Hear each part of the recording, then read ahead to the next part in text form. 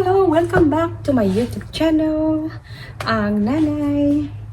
For today ay i-share ko sa inyo kung ano ang aking mga ini-add sa aking listing sa aking online store. At itong aking items na ito ay pick up ko lang sa isang seller din, pero free itong nakuha ko mga items na inilagay sa aking listing. Marami talagang mga free dito sa amin. Maraming free dito sa Amerika. Basta masipag ka lang mag-search especially sa marketplace. At maraming mga free damit, free shoes na magaganda pa. At pwede pang ibenta yun o pwedeng i-donate, ibigay sa mga kamag-anak. So, ito ang aking nakuhang free pang boys saka for men's. Nakuha ko ito, ilan ng 15 mga jeans at mga branded sila. Guess, may Levi's din ako, Guess, at yung RSQ ba yun? Yeah, so ito na ilagay ko na sa aking listing at excellent pa siya. Pre-love, excellent. So,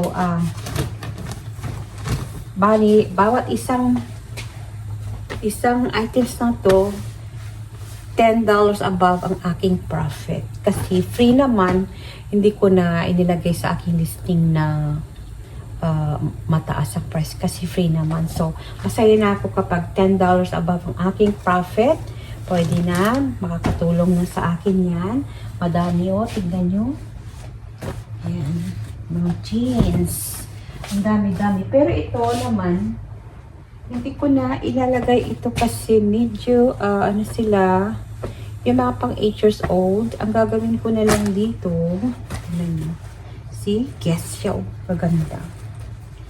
Pag bago ito, mahal sila. So, ang gagawin ko nito ay ipapadala sa Pilipinas. Sa aking mga kamag-anak doon. Yung ate ko, bahala na siya kung i-donate niya. Bigyan niya sa kamag-anak or ibenta kasi nagbebenta din siya. So, it's up to her. Bahala na siya kung ano gagawin niya. At then, may mga shirts din, pang boys, pang girls. At ito ay, hindi ko na ilalagay sa aking listing. Tingnan nyo, may Nike. Ang gaganda, malinis na malinis. Parang sinuot lang 2 beses. Pinamigay na champion, mahalang champion. So ito ay isasali ko to na ipapadala sa Pilipinas. Kasi naglagay na ako sa listing ko ng yung mga malaking size. Yan. Tingnan nyo ito. Ganda. Yan, champion. So, ito ay kasali sa padala sa Pilipinas. Hindi ko na ilagay sa listing. So, bahala ng ate ko kung ibebenta niya doon or ibibigay sa mga kamag-anak. Yan. So, ito ay sa Pilipinas. And then, makita nyo, hindi, ang daming mga, hindi maayos ang aking bahay ngayon kasi nga, ay nagpabunta ko ng ngipin ko, kaya, hina-hinay lang ako para hindi ako mabinat, diba? Sabi nila, para hindi ka mabinat, relax lang.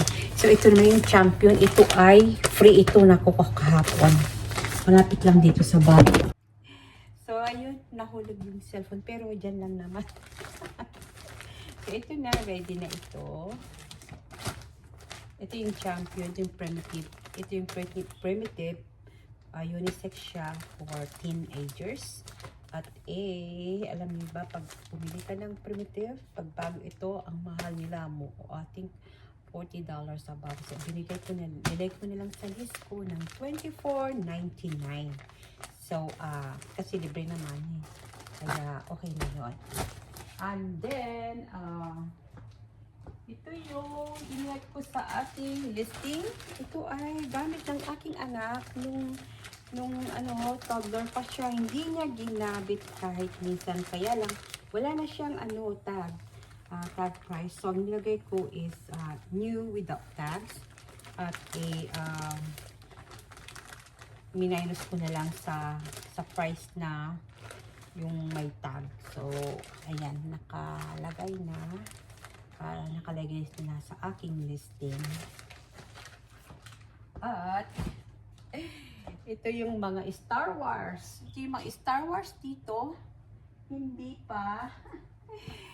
ko pa natatapos. Ang dami-dami pa talaga akong mga Star Wars na ilalagay sa aking listing. At 1 month ko na dito sa aking online store at nakabenta na rin ako ng almost, I think 10 items. Imagine, bagong-bago pa lang ako, nakabenta na ako at nakakatulong sa akin. So, nag-start ako ng zero. Wala akong puhunan. Cellphone ko lang sa kayong pag-picture-picture. At yung una kong nabenta ay binili ko ng mga yung shipping label. Pag hindi ko na sa post office, mayroon akong shipping label. And then, tape, yung pang sa sa packaging. At bumibili na ako ng minsan yung boxes. Pero ngayon, hindi na ako bibili ng mga boxes kasi nga pumunta ako sa isang store at kinausap ko yung manager nila kung pwede ba akong humingi ng box. Kung you're going to throw it away, mas maganda na lang hingin ko na lang sa kanila. So yun, papayag naman yung manager. So anytime pupunta ako doon ng before I think 9, kasi magsasarap sila ng 9. I think mga 8:45 PM pupunta ako sa store nila at pipikapin ang mga boxes. Hindi naman masyadong malaki, yung small boxes, yung medium, ganun, yung pang package pa. So, mayroon akong kukuhanin, hindi na ako bibili noon. At sa post office naman, ang gagamitin ko ay, nasa na ba yun? Ito, nag-order ako sa post office.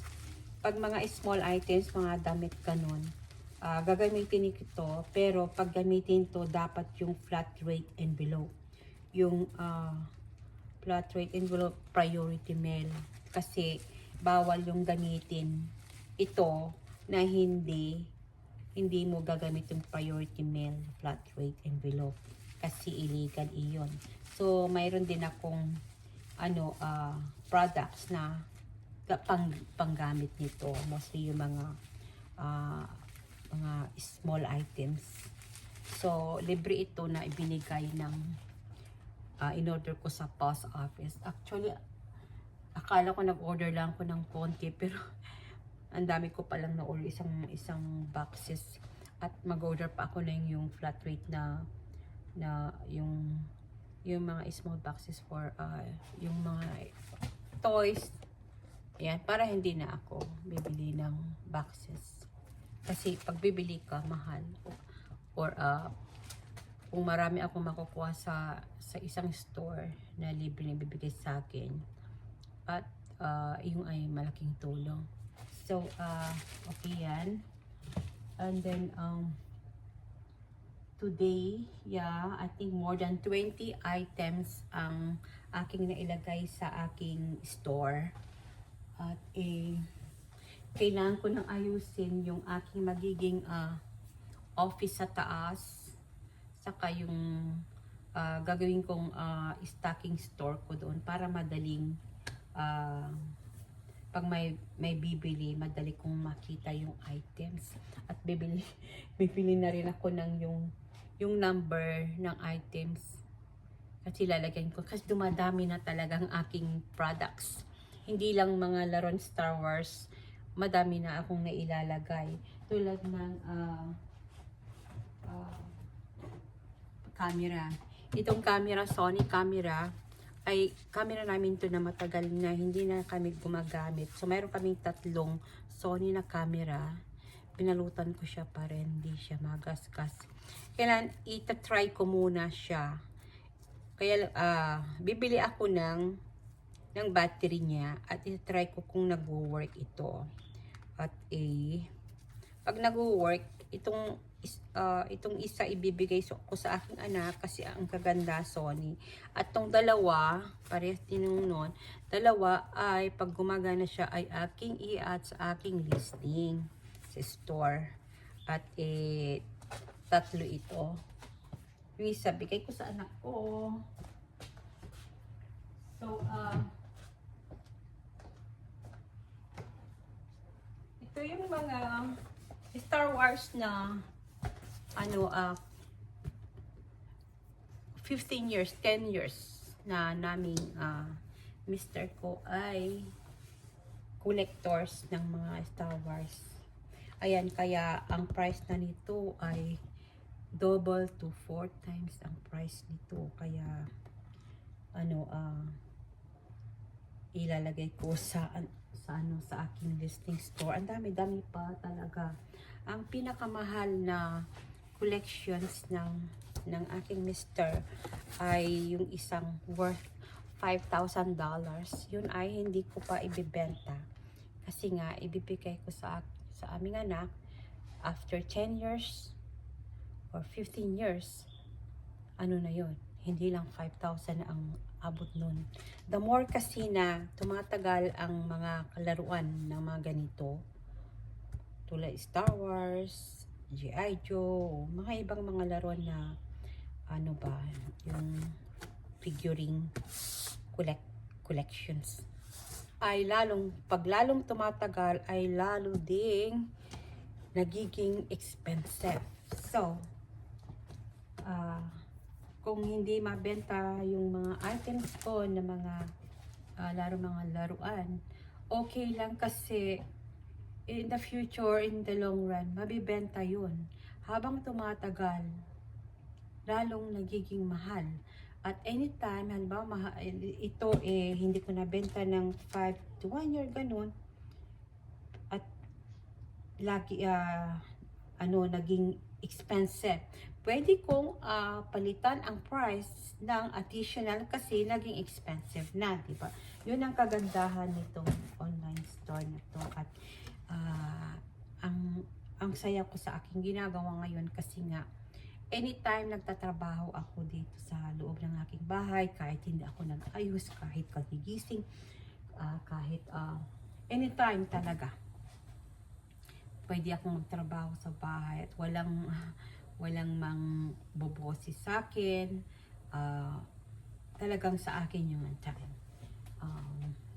So, marami pa akong ilalagay sa aking online store. Hindi lang mga laruan, mga damit. Marami pa talaga. So, wala akong ginamit na cash sa aking online store. Lahat yun ay nanggaling dito rin sa mga nabibenta ko mga DVD. Doon ako nag-start. So, ito pala pag magbibenta ng DVD, make sure na ay itatry kung nag-work siya. So far, salamat naman, wala naman nag-complain sa akin. Mga nabenta ko, okay naman. Ayan. Tapos, kailang malinis na mga to. At yung mga damit, kailangan make sure na malinis yun at maayos before ilalagay sa listing. Kasi pag ilalagay mo sa listing, tapos at the end, may bibili na, may bibili na, and then may defect pala yung items mo. So, hindi maganda yun. So, kailangan i-check mo muna yung item before mo ilalagay sa listing. Picture at mag-search kung magkano yun. Yeah. So, there was experience, I think 2 weeks ago, last week, na may isang, hindi naman customer, sabi niya, ang mahal daw yung isang products ko, yung Star Wars. So, sinabi niya yung isang Star Wars na yun ay $80. So, hindi naman magiging $80 yun kasi that was 15 years ago. Yung Star Wars na yun, hindi $80. Is more than 100 yun eh. Mahal daw. So, yun pala, meron pala siyang Star Wars na ganung laruan. So, pag mga ganung customer, pero nag-offer naman ako ng binigyan ko ng discount kung gusto niya yung laruan. Sabi niya, meron na daw siya. Mahal daw yun. Yung price na sinasabi niya, hindi naman $80 yun. Kasi, 15 years ago, namin binigay ng mister ko yun, hindi $80. More than 100 yung items na yun. So, pag may mga ganyung customer, it's okay. Hayaan lang, pasensya, at let go, ganun, at very good customer service pa rin ang we face to them. Yeah, ganun lang yun, pasensya. At huwag magmadali sa aangat agad. Lahat naman pag sa business, pasensya talaga. Aangat ka, slow down lang yan, tapos biglang maraming bibili. So, I believe in that. So, ito hindi ko pa nailagay. Itong mga Summers na binigay na aking mister. May mga sapatos din. Yan, itong mga sapatos. Tingnan nyo, ang ganda-ganda pa. Pero, ito sapatos ni mister. Hindi niya sinusuot. Tagal-tagal na ganda-ganda pa siya. Tingnan nyo. See? So, nakalagay sa listing yan. And then, ito yung isang mahal na sapatos. Pinakamahal nito ay 180 pagbago. Tingnan nyo. Ganda-ganda pa. So, binigyan ni Mr. sa akin, nakalagay sa listing. At, may mga nag-i-inquire na.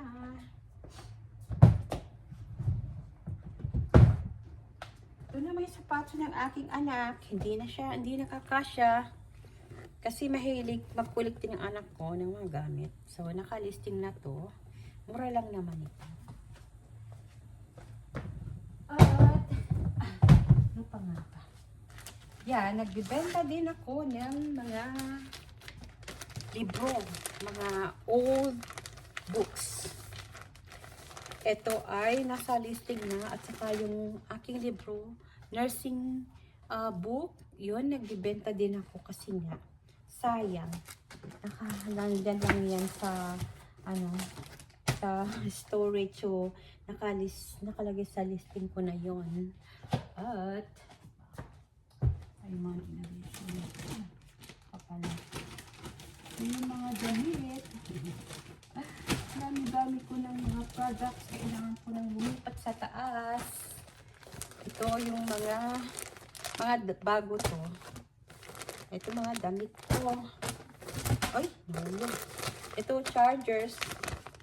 Gandang chargers, $120 a box. So, inilagay ko lang $65.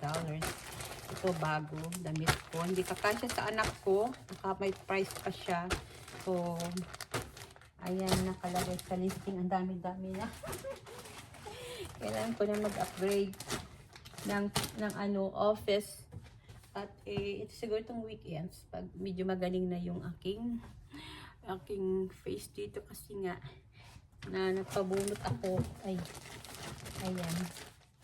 At nilipat na ako sa taas. Kulang na dito. So, tignan nyo itong pakita ko itong masama na mahal. Tingnan itong mga Star Wars na ito. Tignan nyo. Alam nyo, mura lang to noon. 10 years ago. Ano magkano ito? I think almost $100 na. Ayan, hindi ko pa natapos. Ang dami-dami. At naglagay na ako ng more than 20 items. So, okay na muna for this morning. At mamayang evening, maglalagay ako ng 20. At least 20 above a day. 20 above a day ang ilalagay ko sa aking online store. Para naman ay mabenta, di ba? May mabenta. Ito naman to yung headset ng aking anak. Hindi rin niya ginagamit.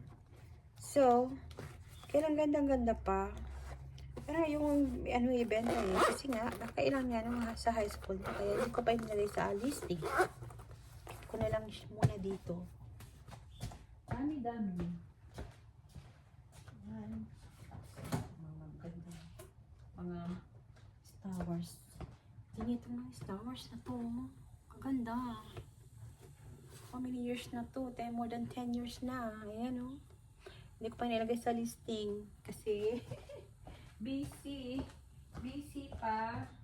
Dami-dami. Kulang pa. Wala pa. Bibili pa ako ng yung ano ba yan?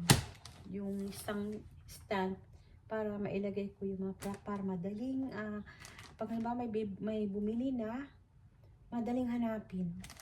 Bila ko ng label niya at lalagay ko ng label dito. Yung number. Inilagay ko sa bagong ziplock para maprotektahan din na hindi malalagyan ng mga alikabok, mga ganun. And then, pag reusable naman ito eh. Kapag isisend ko na sa post office, tatanggalin ito at mayroon akong bubble wrap na na pang send talaga. So, magagamit ko itong ziplock. Mahal pa naman itong mga ziplock ito. Okay, just for that for now. At sana like and share and subscribe. Thank you for watching.